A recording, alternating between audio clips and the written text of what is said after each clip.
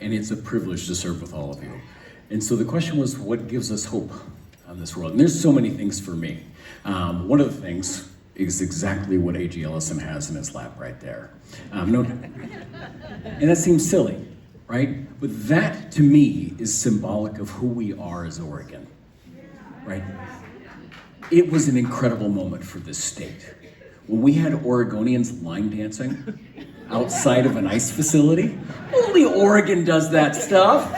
You don't see that in California, Hawaii, Maine, or Minnesota. Hell no. This is what we stand for. We exercise our rights.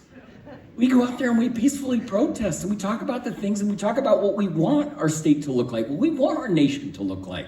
That's why I'm proud to be in this state. That's why it was important to me when I was in Cargo, again, plug to Cargo, go there, that I bought those hats for these AGs, because this is the moment in time that we all share right now. That gives me hope.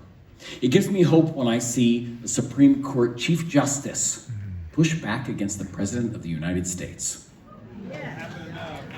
That's important. We cannot underestimate that.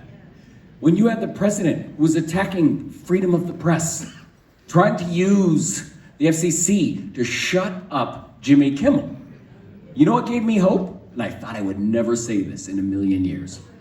Ted Cruz. Ted Cruz sat there and said, "Hey, Mr. President, I think we're going a little bit too far." He said that, right?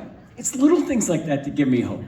When I'm at my house and I'm with my 14-year-old son who exercises unconditional kindness, not all the time, he's going through puberty, but his kind heart in the future of our state and what he, and how we raise our children and what we can do in this state, that gives me hope. And then I want to tell you one, and there's so many of these things, right? It's the public service. I talked about this. You have people doing some of the most incredibly difficult jobs serving us. Whether it's in our long-term care facilities, or whether it's serving children, whether it's in the Department of Justice, these people go to work and working on behalf of all of us. And it's incredibly humbling to be a part of their work that they do here in our state. And so you just know that that is incredible, and we take that for granted sometimes, but these states don't run without those amazing people.